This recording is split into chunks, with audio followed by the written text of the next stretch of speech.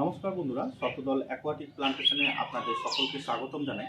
আজকে আমরা কথা বলবো এই যে পদ্ম আমরা করি সেটা কিভাবে করি এবং তার কি পরিচর্যা লাগে, সেই সমস্ত ভিডিও সমস্ত আপডেট আপনারা এই ভিডিওর মাধ্যমে পেয়ে যাবেন, পদ্মের A to Z।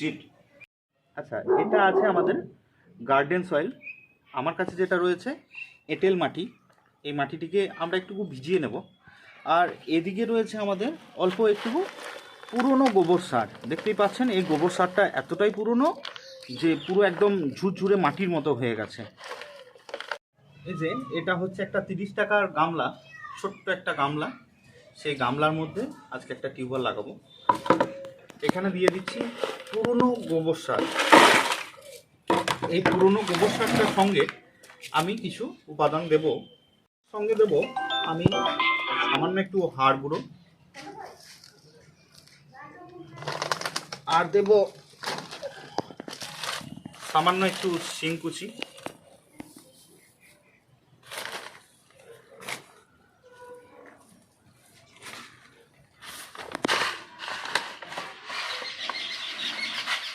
সামান্য একটু সিউইডের দানা,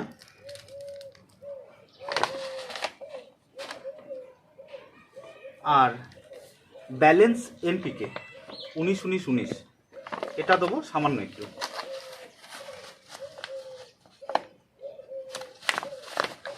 সামান্য একটু এটাতে দিলাম। এর সঙ্গে দেব কোন কথাটা বললেন, হিউমিক অ্যাসিড। এই হিউমিক অ্যাসিডের কাজ কিন্তু খুবই ভালো। গ্রীষ্মকালে যে কোনো গাছকে এই হিউমিক অ্যাসিড দেওয়া যায়। এই হিউমিক অ্যাসিড দিলে গাছের মাটি খুব ভালো থাকে, হ্যাঁ, ঝুরঝুরে থাকে এবং গাছের মধ্যে ভালো খাবার সঞ্চয় করা যায় এই হিউমিক অ্যাসিডের মাধ্যমে। এই হিউমিক অ্যাসিডটা আমার যেহেতু কাটা আছে, আমি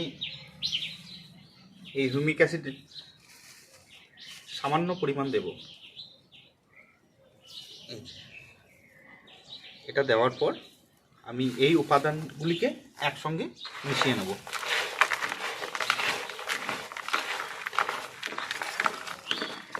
এটাতে মিশিয়ে নেওয়ার পর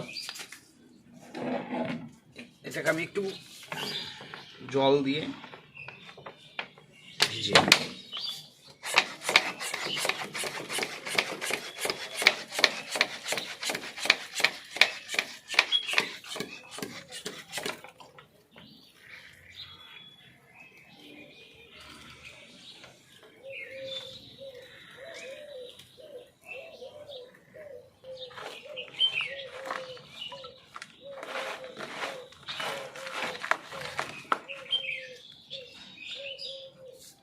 তারপর ভিজিয়ে রাখা মাটি, সেই মাটিটিকে আমরা ঠিক এর ওপরে দিয়ে দেবো।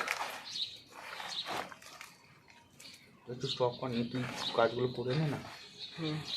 তারপর এই যে গোবর সারটার সঙ্গে আমি সব উপাদানগুলিকে মিশিয়ে নিলাম এবং একটু হালকা জল দিয়ে এটাকে আমি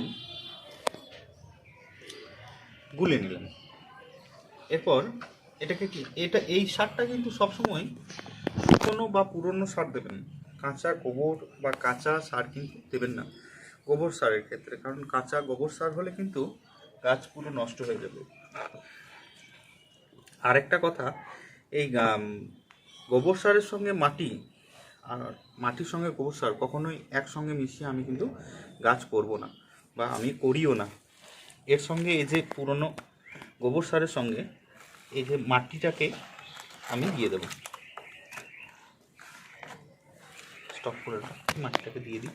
তারপর আমি মাটি দিয়ে ফিল আপ করে রাখলাম, সামান্য একটু ফাঁকা রাখলাম। এই জায়গাটাতে সমস্ত জল দিয়ে পরিপূর্ণ করে দেবো। হ্যাঁ, মাটিগুলি যেগুলো দোলা পেকে আছে সেগুলো একটু ভেঙে নেব। চেষ্টা করবেন মাটিটাকে একটু ভিজিয়ে রাখার। তাহলে কি হয়, মাটিটার মধ্যে যদি পাথর নুড়ি বা কিছু থাকে সেগুলোকে হাত দিলেই পরে বুঝতে পারবেন এবং সেগুলো ফেলে দেবেন।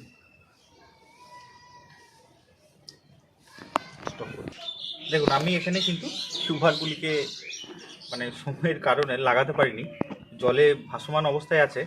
তাতে কি হয়েছে দেখুন, কড়ি চলে এসেছে। হ্যাঁ, দেখাবো, দেখুন এর নিচেটাতে পুরোটাই জল। এ দেখুন, কোনো মাটিও নেই, কিচ্ছু নেই।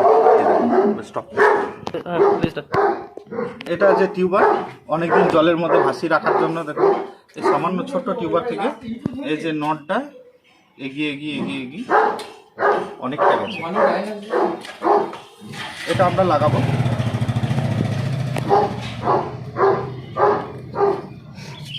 সামান্য একটু শুধু আলতো হাতে পুঁতে দেব, আর কিচ্ছু করার দরকার নেই, ব্যাস।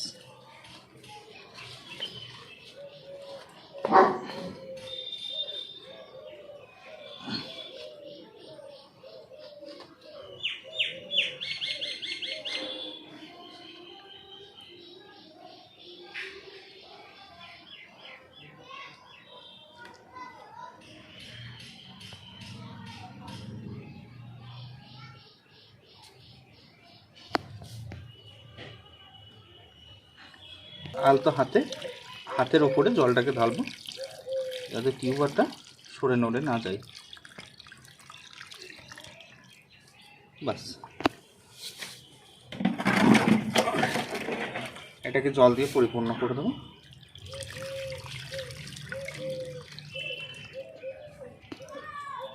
বাস, এখনো পর্যন্ত আমরা গাছটিকে লাগানো দেখিয়ে দিলাম। এরপর আর কিছু না, এটাকে একটা খোলা জায়গায় রেখে দেবো, যেখানে প্রপার সানলাইট আছে সেরকম একটা জায়গায়।